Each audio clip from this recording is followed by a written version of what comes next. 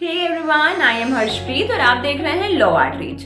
आज हम लोग डिस्कस करेंगे कि should you take a drop year for CLAT examination. चाहे इंजीनियरिंग एंट्रेंस एग्जामिनेशन हो, चाहे मेडिकल का हो, चाहे हमारा ये टॉप एनएलयूज के लिए जो एग्जामिनेशन होता है क्लैट हो, हम लोगों को ये सोचना बहुत ज़रूरी है कि हम लोगों को एक ड्रॉप ईयर, एक अनदर ईयर प्रिपरेशन के लिए वापस से देना है या नहीं देना है। तो इसके लिए पहले तो जान लीजिए इसका कोई जनरल आंसर नहीं है कि अगर मैं कहूँ कि आपको ड्रॉप लेना है तो वो सबके लिए हो जाएगी you should take a drop. अगर मैं कहूँ कि आपको ड्रॉप नहीं लेना है तो ये भी कोई जनरल आंसर नहीं है कि फिर वो सबके लिए सेम आंसर हो जाए, right.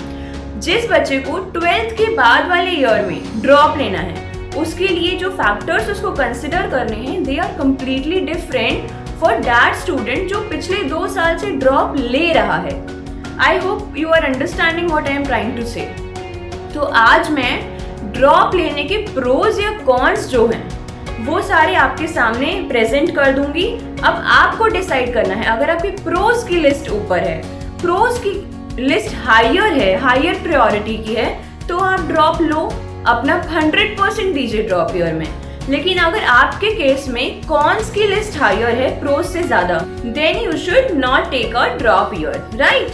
So let's begin with discussing cons of taking a drop year. तो पहला कॉन है कि you will have to wait for another year, right.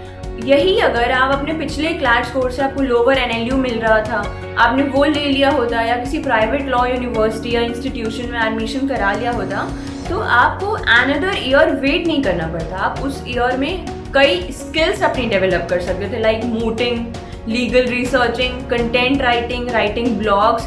कई अपॉर्चुनिटीज होती हैं कई प्राइवेट इंस्टीट्यूशंस में भी, तो you would have worked on that opportunities, right. पहला कॉन ये हो गया। Second con is that there is no surety कि नेक्स्ट ईयर भी आपको आपके मन का, आपका डिजायरेबल एनएलयू मिलेगा कि नहीं मिलेगा। To be honest, CLAT is a very unpredictable examination.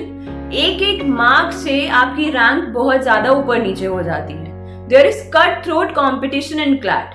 Thousands of aspirants every year appear in CLAT. तो obvious सी बात है बहुत ज्यादा competition होता है, तो there is no surety as such कि आप next year भी अपना desirable goal achieve कर पाओगे कि नहीं कर पाओगे। Third con is that there is too much of pressure on us in drop year.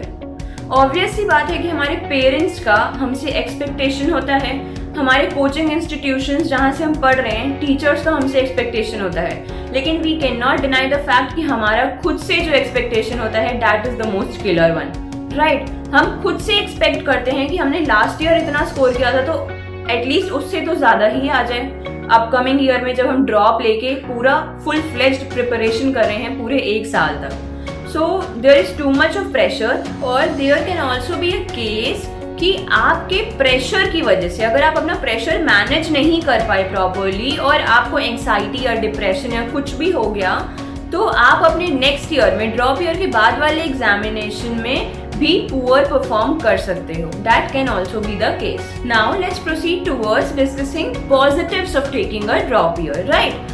अब हम लोग प्रोज डिस्कस करते हैं ड्रॉप ईयर लेने के। तो पहला प्रो है कि you will get another year to work on your mistakes which you have made in your previous attempt, right. आपको पूरा 1 साल मिलेगा कि आप अपने लूप होल्स फाइंड कर सको and you can work on them, improve your marking and rank in the next attempt, right? अब second pro क्या है? Second pro is also a quote which says that never settle for less than you deserve.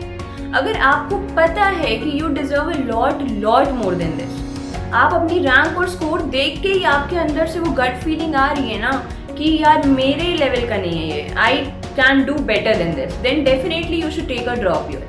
अगर आप अपना pressure अच्छे से manage कर लोगे ड्रॉप ईयर में और अपनी फुल फ्लेज्ड प्रिपरेशन करोगे, अपना 100% दोगे, then definitely NLUs are for you.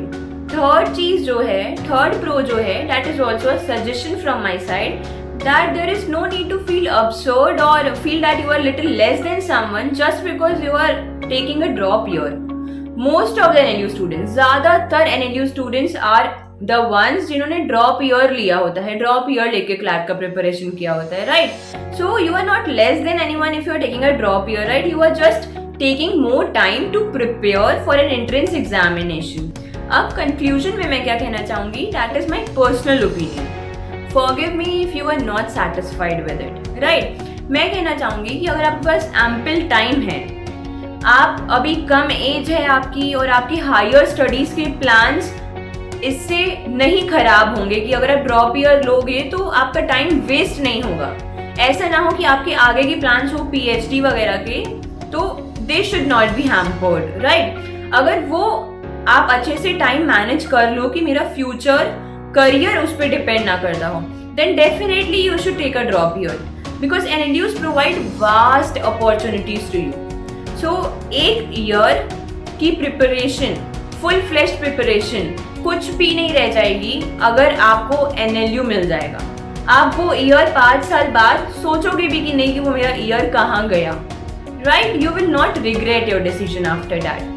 So that is all from my side. I hope आपको ये यूजफुल और हेल्पफुल लगी हो video. Thank you and have a nice day.